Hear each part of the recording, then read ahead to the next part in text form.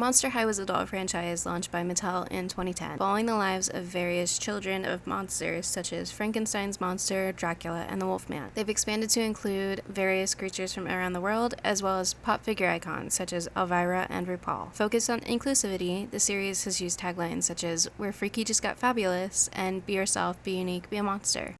Brought to you by Monster High. Be yourself, be unique, be a monster. The series has gone through 3 generations, which is essentially a reboot or a reset for the franchise, with the newest one having a cartoon on Nickelodeon and redesigns for the doll. I'll link to some videos that better explain the franchise, its history, and what it's up to now, but I'm here to talk about the 2024 Pride comic that just came out for Monster High. It takes place in their Gen 1 universe, which is the universe that I know, I'm most familiar with, and grew up watching. I'm old, so I'm only familiar with the Gen 1 Monster High franchise, but I am an avid comic reader, so I knew I needed to check it out. Published by IDW, it was released on June 5th, 2024. It's made up of 2 stories, Summer Fang Out and I Put a Spell on You. There's also a subplot within Summer Fang Out that is essentially its own story, with little to do with the overall narrative, but I'll get to that. I'm going to go over each story, a little bit about what I think about them, and then have a closing segment, so let's get into Summer Fang Out.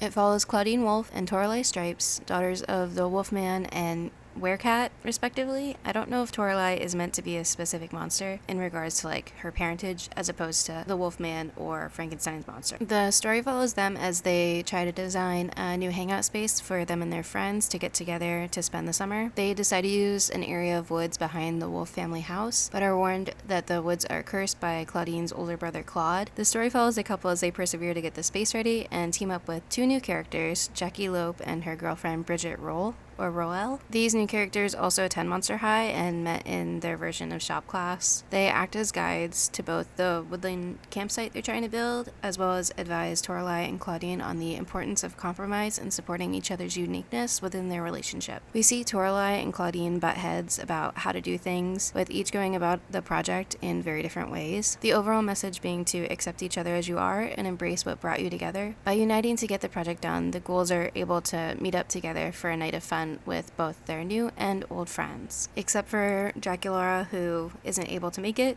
assumingly because of the I Put a Spell on You story. There's also another storyline within the Summer Fang Out comic, which follows Gulia Gelps, the daughter of the zombies, and Kirsty Cholson, daughter of the trolls. They're debating about their favorite characters, fanfiction, and the importance of online popularity.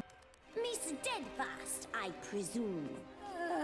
The name's Kirsty, but you probably know me as Trollhammer 530.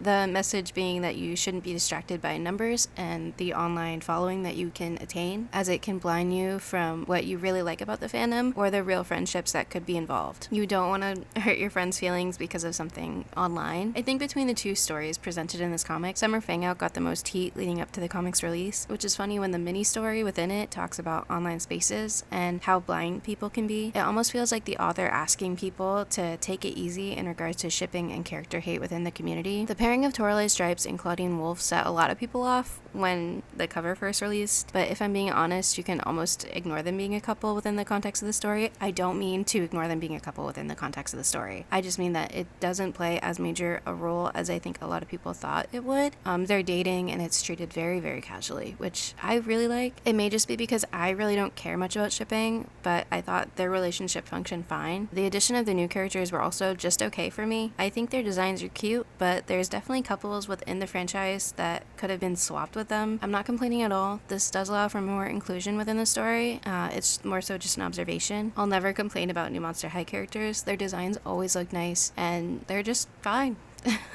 They work. I also really like that they discuss the need for personal time as someone that needs a lot of personal time. I think my biggest complaint for the comic is the writing itself. It feels a bit young at times, but the franchise is ultimately targeted for kids and tweens, so it's very appropriate for the audience it's trying to reach. Randall, there is a cow outside. There's a cow farm. You're gonna find cows outside. It's also just fun to see the ghouls hang out in a setting outside of their school. I Put a Spell on You ended up being my favorite of the 2. It follows Kieran Valentine. I feel like I'm saying his name wrong, but I'm gonna say it Kieran. This is how it's spelled. Who people will probably recognize from the 2012 Why Do Ghouls Fall in Love movie. He was my first love, and he was everything I ever wanted. You only knew him for a week. It was supposed to be forever. As well as a character who's sort of new to the franchise, having only previously appeared in Valentine's diary entries. Speldon Caldronello, younger brother of Casta Fierce, who herself is a musician within the Monster High franchise, people would probably recognize from the web series. Hilarious! You can't even sing your own song? You should just let me sing it for you. Not helpful, Toralei. As I mentioned before, this is Speldon's first real appearance in the series, so there was a lot of hype around what his character would look like and how he would interact with Valentine. Valentine hints at a crush on Speldon within his diary entries, so a lot of people were really excited, myself included, to see what their dynamic would be. Diaries were like little booklets that came with the dolls and held snippets of the dolls' thoughts and feelings, like a diary. The storyline itself follows Valentine as he laments about how his love is ultimately his undoing. He wants to rekindle a friendship with Draculaura, and she kind of blows him off, but not really, but he takes it to heart. Being an energy vampire, he's driven by his emotions and feelings for other people. And I am what's known as a psychic vampire or energy vampire.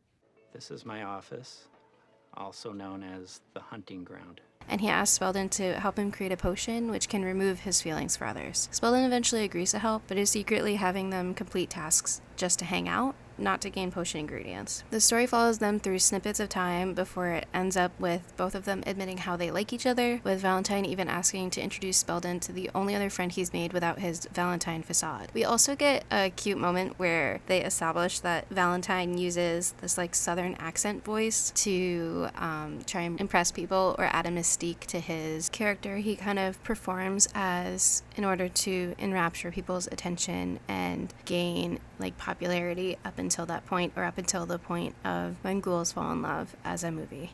You want me to transfer to Monster High? Surely anything for you, darling. You hear me? If you don't clean up all this backwater... Yes, Mom. Chores first. Hang up!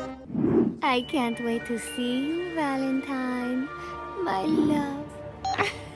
But he doesn't use it around Speldon because he's comfortable around him, and Speldon points out that it's kind of silly that he does it at all. I like this comic. It's simplistic and tells a fairly cheesy story, but I don't mean that as a negative. Similarly to Summer Fang Out, the writing is young, but not in a way that I think hinders it. It's also nice to see a progression for the character. This story does have a moment where Valentine comes out to Speldon as opposed to Summer Fang Out, which has the ghouls already dating and shows an adventure of them together as a couple. Both of these are great. I don't prefer one to the other, but it was nice just to kind of clarify for the sake of the character and have like a canon way for him to identify. I thought the art was really nice for both comics, and the stories themselves work well. You still get the slang associated with Monster High, like Fang Out, fantastic, and my absolute favorite, the mall. As an old school fan who's only really familiar with Gen 1 Monster High, it almost made me nostalgic when I was reading it. I loved those web series when I was younger, and the movies. I just think they're all so fun, and I'm a sucker for cheesy dialogue like that.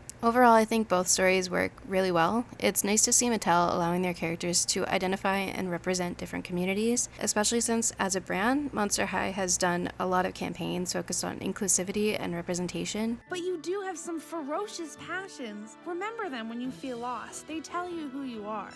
Come celebrate our imperfections, and together, we can stop hate. While they don't always hit the nail on the head for representation, it's nice that they're trying. A lot of people have specifically interpreted Claudine as a lesbian or otherwise not straight since Gen 1 first began, so she felt like a very appropriate character to use for a story like this. I was surprised by Toralei, but the two have had a lot of time throughout the various movies and web series to develop like a rivals to lovers trope, so I think it makes sense. Fine. Just remember, every kitty has her day, so better watch your backs. Oh, we're so scared.